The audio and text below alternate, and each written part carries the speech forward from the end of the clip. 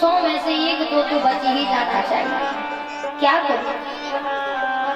आज गांधारी ने अपने बड़े बेटे दुर्योधन को अपने पास बुलाया और कहा, दुर्योधन, मैंने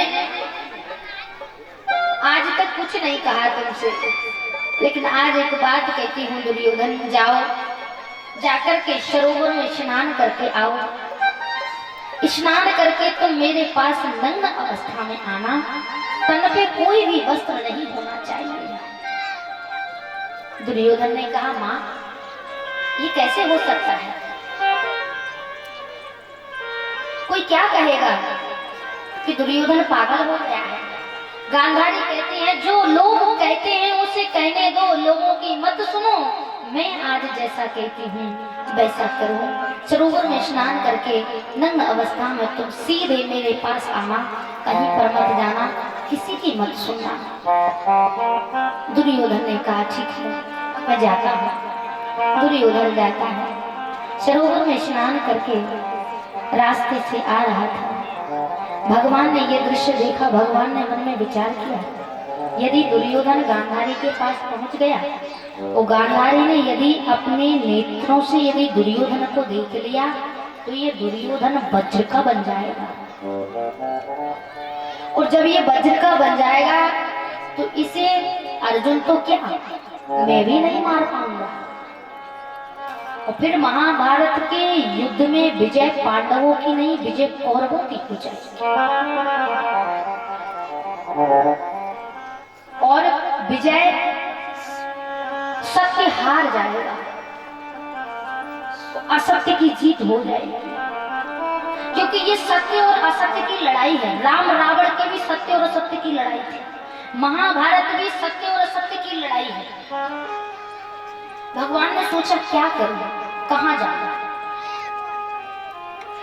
किसी के पास नहीं गए। भगवान जिस रास्ते से दुर्योधन नग्न अवस्था में आ रहा था, आज भगवान वहीं पहुंच जाते हैं, वो सामने जाके प्रकट हो जाते हैं। वो सामने प्रकट होकर के कहते हैं, अरे दुर्योधन, तुम इस अवस्था में कहां जा रहे हो? नग्न अवस्था में है बिल्कुल दुर्योधन। भगवान को देख करके उसने शर्म के मारे अपने दोनों हाथ अपनी कमर पर लगा लिए। भगवान ने कहा, तुम्हें लज्जा नहीं आती, तुम्हें शर्म नहीं आती, इस अवस्था में जा रहे हो? दुर्योधन ने कहा, कृष्ण माँ ने कहा है कि तुम इस अवस्था में मेरे पास आओ, इसलिए मैं माँ के पास जा रहा हूँ। बोले, तुम अपनी माँ के पास, तुम्हारा विवाह हो गया है, तुम्हारी पत्नी है, तुम्हारी बच्ची है, तुम इस अवस्था में जा रहे हो? दुर्योधन ने कहा, माँ ने कहा है, माँ के लिए संतान, उसके पुत्र चाहे कितने भी बड़े क्यों ना हो जाए, माँ के लिए बच्चा हमेशा छोटा होता है, इसलिए जा रहा हूँ। भगवान ने कहा, जा रहे हो चले जाओ, मुझे कोई मतलब नहीं है, लेकिन सुनो, जब महाभारत का इतिहास रचा जाएगा, सुनहरे अक्षरों में ऊपर तुम्हारा नाम लिखा जाएगा कि दुर्योधन के 99 भाई मारे गए, तो भाइयों के दुख में दुर्योधन पागल हो गया, और पागल होकर के अपनी माँ के पास नग्न अवस्था में पहुंच गया। भगवान का काम था दुर्योधन को भटकाने का। भगवान का काम था दुर्योधन को भटकाने का, उसको अपने रास्ते से भटकाने का। भगवान ने इतना कह करके वहां से हट गए। दुर्योधन को बात समझ में आई। दुर्योधन ने एक केले का पेड़ था, केले के पेड़ के पास जाकर के एक केले का पत्ता लिया है। केले का पत्ता लेकर के दुर्योधन ने अपनी कमर से, जंघाओं से लपेट लिया। लपेट करके और माता गांधारी के पास पहुंचता है। जैसे ही माता गांधारी के पास पहुंचा, गांधारी ने कहा, आ गए? बोले हाँ आ गए। जैसे मैंने कहा था वैसे ही आए? बोले हाँ माँ वैसे ही आया हूँ। अच्छा, मैंने कहा वैसे ही आए हैं? बोले हाँ। झूठ तो नहीं बोल रहे? बोले नहीं माँ, झूठ नहीं बोल रहा।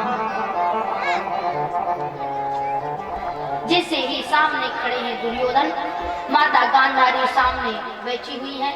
गांधारी माता ने जैसे ही अपनी आंखों से, गांधारी बड़ी तेजस्वी थी, गांधारी के बराबर कोई सुंदर नहीं है, वो गांधारी के बराबर कोई तेजस्वी नहीं है। गांधारी की ये दृष्टि इतनी दुर्योधन को सिर से लेकर के ऊपर तक देखती है तो दुर्योधन वज्र का बन जाता है। इतनी तेजस्वी है गांधारी। बताओ क्या गांधारी के बराबर कोई तेजस्वी हो सकता है? कोई नहीं हो सकता। क्या किसी भी महिला ने, क्या किसी भी स्त्री ने, क्या किसी भी देवी ने ऐसी तपस्या करी है कि जिससे पता चले कि जिसके साथ मेरा विवाह होने वाला है, जिसके साथ मेरी सगाई हो गई है, वो अंधा है, उसके दोनों नेत्र नहीं है, तो मैं भी आज संकल्प करती हूँ यदि मेरा पति संसार के रंगों को नहीं देख सकता है तो मैं भी संसार के कोई भी रंगों को नहीं देख सकती। और उठा करके अपने आंखों पे पट्टी को बांध लिया। क्या कोई ऐसी तपस्या कर सकता है? कोई इतना तेजस्वी हो सकता है? कोई नहीं। गांधारी अपने एक जन्म को नहीं, दो जन्म को नहीं, तीन जन्म को नहीं, गांधारी अपने 100 जन्मों को देख करके बता सकती है कि मैंने अपने इन जन्मों में कोई पाप कर्म नहीं किया। जब 100 जन्मों में कोई ऐसा कर्म नहीं किया तो फिर गांधारी के 99 पुत्र किस कर्म के कारण मारे गए अभी तक? दुर्योधन भी मरेगा आगे चल के, 100 है, एक भी नहीं बचा, 100 भी मारे गए। ऐसा कौन सा कर्म था? कर्म बहुत ज्यादा महत्व रखता है मनुष्य के जीवन में। आ गए बोले हाँ। गांधारी महाराज ने जैसे ही नेत्रों से पट्टी को खोला है, दुर्योधन सामने खड़ा है। दुर्योधन को कुछ भी नहीं दिखाई दे रहा है। ऐसी रोशनी आंखों से निकली है। और रोशनी जो निकली है तो सबसे पहले वह रोशनी दुर्योधन के सिर पर पहुंची। सिर को वज्र का बनाता हुआ पैरों तक गई। वो पैरों से लौट करके जब वो रोशनी आंखों की कमर पर आई है, जंघाओं पर आई है, तो दुर्योधन को कुछ दिखाई नहीं दे रहा है। इतना प्रकाश हो रहा है, प्रकाश के कारण दुर्योधन छटपटा रहा है। और वो रोशनी माता गांधारी की आंखों से निकल रही है। जैसे ही दृष्टि माता गांधारी की दुर्योधन की कमर पर पहुंची है तो माता गांधारी के नेत्र बंद हो जाते हैं। जैसे ही नेत्र बंद हुए, माता गांधारी ने कहा, अरे मूर्ख, ये क्या किया तूने? मैंने तुझसे कहा था कि नग्न अवस्था में आना, लेकिन तूने ये केले का पत्ता क्यों लगा रखा है अपने कमर पे? दुर्योधन, वैसे तो तू आज बच जाता, तुझे अर्जुन तो क्या, पांडव तो क्या, तुझे द्वारिकाधीश भी नहीं मार पाते, लेकिन आज तूने अपनी मृत्यु को आमंत्रित किया है अपने हाथों से। अब तुझे कोई नहीं बचा सकता। तेरी मृत्यु का कारण तेरी जंघाएं बनेंगी। तूने ये केले का पत्ता क्यों लगाया? किसने कहा था? दुर्योधन ने कह दिया, माँ, रास्ते से आ रहा था, द्वारिकाधीश मिल गए थे, कह रहे थे ऐसे जाते हो, लज्जा नहीं आती, शर्म नहीं आती। मुझे कुछ समझ में आया तो मैंने केले का पत्ता लगा दिया। गांधारी ने कहा, अरे दुष्ट, क्या तू भूल गया उस कृष्ण के कारण? कृष्ण चाहते तो महाभारत का युद्ध नहीं होता, रोक लेते थे, मेरे 99 पुत्र नहीं मारे जाते। उसी कृष्ण के कारण आज कृष्ण ने मेरे 99 तो मर ही गए।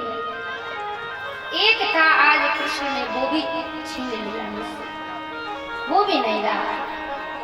कहे मुनीष हिमवंत सुन, जो विद लिखा लिलार, और देव दनुज नर नाग मुनि कोहु न मैटन हार। अब तेरी मृत्यु को कोई नहीं मैट सकता। दुर्योधन, यदि तेरी मृत्यु होगी, यदि तेरी मृत्यु कहीं से भी होगी, तेरे शरीर में से कहीं से भी तुझे कोई आघात नहीं होगा, कोई कष्ट नहीं होगा। यदि मृत्यु होगी तो तेरी जंघाओं से होगी। तेरी मृत्यु का कारण आज तेरी जंघाएं हैं। आज वही समय आ गया। महाभारत के युद्ध के समय महाभारत चल रहा था,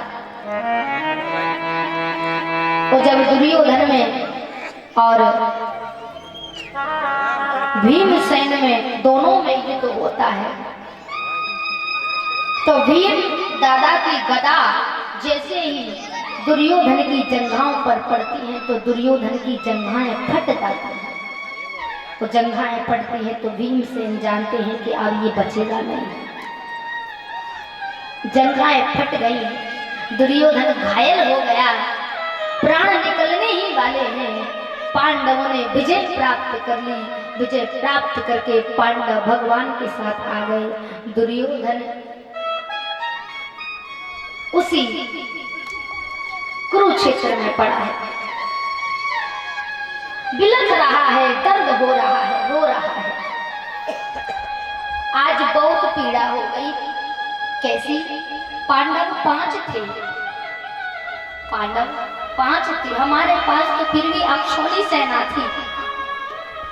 हमने भगवान ने कहा युद्ध से पहले पांडवों को कौरवों को खड़ा करके बताओ दुर्योधन तुम मुझे लेना चाहते हो या मेरी अक्षौणी सेना चाहते हो? दुर्योधन ने कहा आप नहीं चाहिए, आपकी अक्षौणी सेना चाहिए। भगवान ने दे दी और भगवान पांडवों की तरफ हो गए। दुर्योधन आज बिलख रहा है, दर्द हो रहा है, यही सोच रहा है हमारे पास तो अक्षौणी सेना भी थी, बहुत बड़ी सेना थी, इतनी सेना तो पांडवों के पास भी नहीं थी। हम 100 भाई थे, आज 100 की 100 मारे गए। पांडवों को खरोंच तक नहीं आई, पांडवों की विजय हो गई। आज क्यों? आज अपने भाइयों का दुख, भाइयों की पीड़ा हृदय में लिए है, हार की पीड़ा हृदय में लिए है। दुर्योधन बिलख रहा है।